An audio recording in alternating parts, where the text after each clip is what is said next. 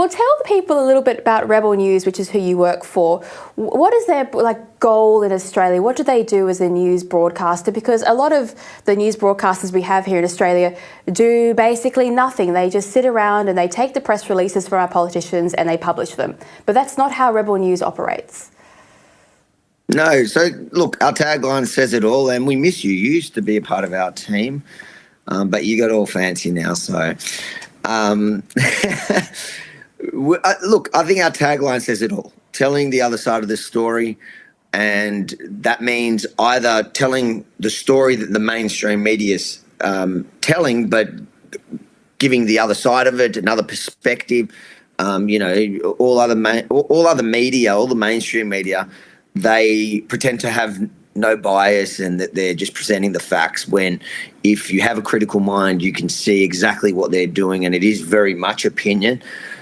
So we try to add a bit of that in, a bit of the other perspective into the conversation and give it as fair of a run as we can. And then on top of it, we also try and follow those stories that the mainstream media refuse to cover. And we saw so much of that through COVID, and I'm sure we'll see it through climate change or whatever the next emergency is.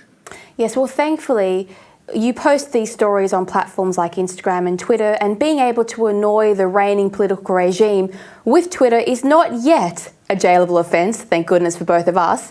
But there comes a point where your popularity as a journalist turns into genuine fame and you start creating news rather than reporting on it. Now, you've certainly made the news in Victoria during the reign of Daniel Andrews. When I used to work at for Rebel, I was always worried that I'd wake up one day and have to write about you being bundled into the back of a police van or something. Is it hard when you become the news story? Look, I'm not going to pretend.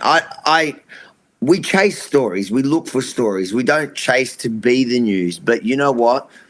I've learnt through it, and I think it's one of the things that Ezra taught me early on is, turn lemons into lemonade.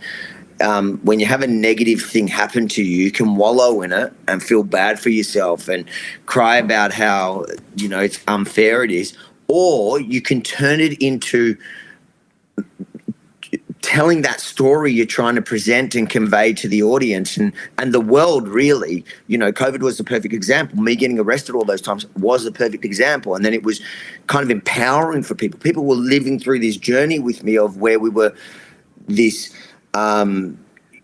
persecuted people. I'm talking about the entire state, not just me, but people saw it in me because they saw me every day on camera. They saw me out there, then they saw me get arrested, and then they saw me fight back with their help, and then we won. So it kind of empowered people, which is exactly what we are. That's what Rebel News is. It's the idea of taking journalism, telling the story, but also making a difference, making a change, not sitting on the fence on issues, actually taking a stand in the right direction, pushing back to the craziness we're seeing on so many levels.